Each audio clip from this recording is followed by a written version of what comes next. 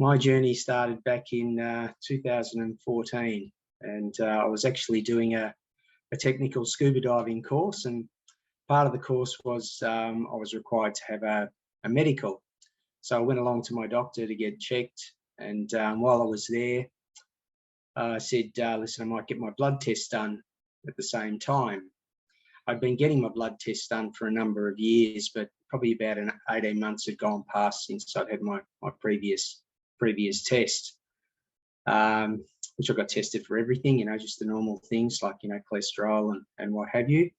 But from about age 40, I got the PSA test done as well, which had always been fine. At this stage, I was 53. And anyway, the doctor sent me a message and said, oh, you better come in. So I went in and saw him, and my PSA had gone up. And while it wasn't really high for my age, it had probably tripled from my previous reading. So I said, okay, well, what do I do? And he said, look, you need to see a specialist. And so a client of mine at the time was Professor David Webb. So I went and saw David, and he did his normal examinations. And I was actually just about to go to Turkey for a month. So he thought, look, it might have been an infection. So he put me on some antibiotics and said, as soon as you get back, you need to get your blood test done again, which I did.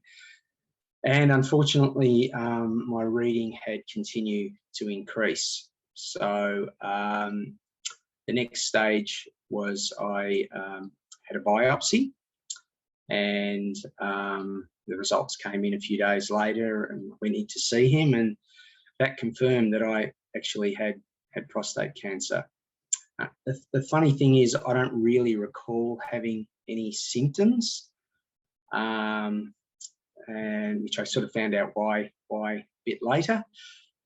But I said, okay, so what do I do?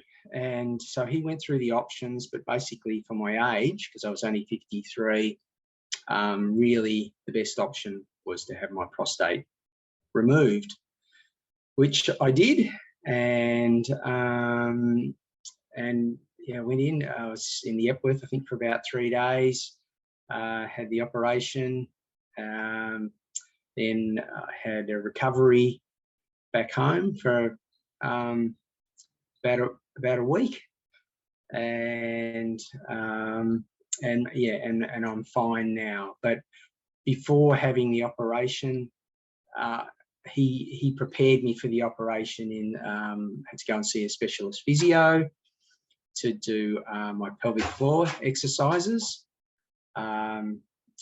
because you can have some problems peeing after the operation.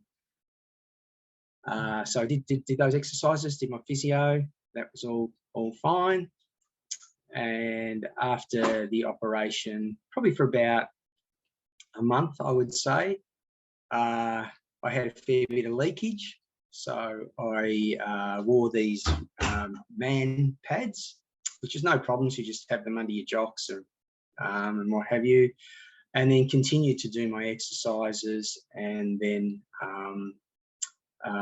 yeah, probably about a month, 6 weeks later, that side of it was fine. And then I continued to just sort of get better from there. The other side of prostate cancer is obviously we're getting an erection, which is something that I think a lot of men worry about, obviously.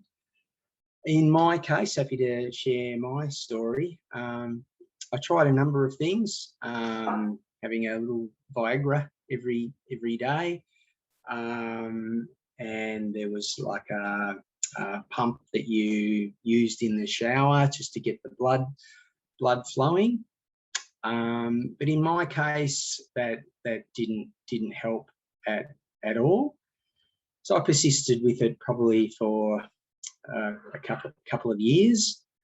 But then I ended up making the decision to because I was regard myself as, oh yeah, sorry, Before that, I did try the injections. I wasn't really a fan of that, so that really didn't work too well for me. I didn't really like that too much. So then, yeah, probably a couple of years went by, and I thought, well, I'm still young, and what can I do? So I just did a bit of research, and yeah, so I ended up having the implant, the pump implant, from Dr. Chris Love, and probably the best thing I ever did. I haven't looked back since, and sometimes I even forget that I've had prostate cancer. But if I could say one thing to men out there, because I know I've got a lot of friends and they're a bit slack going to the doctor. You get your car serviced every year, so get yourself serviced every year. Get your bloods done once a year. Just put it in your phone as a reminder. It's so easy. It's a simple blood test. But in my case, because I really didn't have any symptoms, I wouldn't be sitting here now if I didn't have those blood tests done. So it's a simple thing to do. And I started getting mine done from when I was age 40, and I'm 61 now. And yeah, I would highly recommend that, just as done as a standard procedure every year. So